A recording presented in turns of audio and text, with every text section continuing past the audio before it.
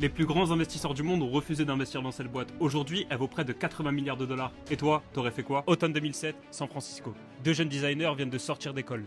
Leur loyer augmente et ils n'ont plus un dollar en poche. La même semaine, une grande conférence est organisée dans leur ville. Et tous les hôtels sont complets. Alors ils font un truc un peu fou, ils installent 3 matelas gonflables dans leur salon et proposent une nuit chez eux pour 80 dollars, petit déjeuner inclus. Trois inconnus réservent pour 3 nuits chacun, ils empochent environ 700 dollars et tout le monde repart content. Et là ils se disent, et si on faisait ça partout dans le monde? Alors ils s'associent à un ancien colocataire ingénieur et construisent un vrai site. Mais le démarrage est une catastrophe. Ils le lancent lors du festival d'Austin au printemps 2008. Seulement 2 réservations, dont l'un des fondateurs lui-même. À l'été 2008, la boîte est au bord du gouffre. Pour survivre, ils font un truc complètement improbable. On est en pleine campagne présidentielle, alors ils créent des boîtes de céréales collector à l'effigie d'Obama et de McCain. Ils en vendent 800 boîtes à 40 dollars la pièce. Ils récoltent alors environ 30 000 dollars, juste de quoi garder la boîte en vie. C'est du bricolage total, mais ils tiennent. Et grâce à cette histoire de céréales, ils intègrent Y Combinator, le célèbre programme d'accélération de start-up. Paul Graham, le président, leur dit une chose simple. Vos photos sont mauvaises. Allez rencontrer vos utilisateurs en vrai, un par un. Alors ils prennent l'avion pour New York, ils rencontrent leurs utilisateurs, ils les écoutent et prennent eux-mêmes de meilleures photos des appartements. Et là, sans marketing, les chiffres explosent enfin. En mars 2009, la plateforme passe à 2500 annonces et près de 10 000 utilisateurs. Pour une idée que tout le monde pensait impossible. Louer son appart à des inconnus. C'est un signal très très fort. Et c'est exactement là que l'argent intelligent passe à l'action. En avril 2009, le prestigieux fonds Sequoia Capital mène un tour de table de 585 000 dollars. Ils sont également rejoints par des business angels visionnaires comme Jawed Karim, le cofondateur de YouTube,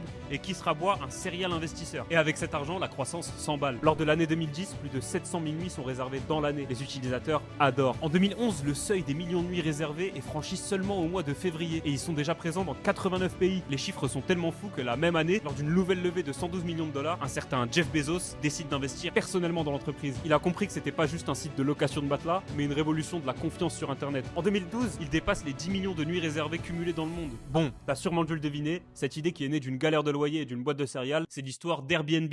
Les 585 000 dollars qui étaient investis par Sequoia Capital et différents business angels en 2009 en valaient près de 12 milliards en 2020. Alors soyons honnêtes, toi en 2007, quand ils n'avaient que 3 matelas gonflables dans leur salon, t'aurais investi? Mets ta réponse en commentaire.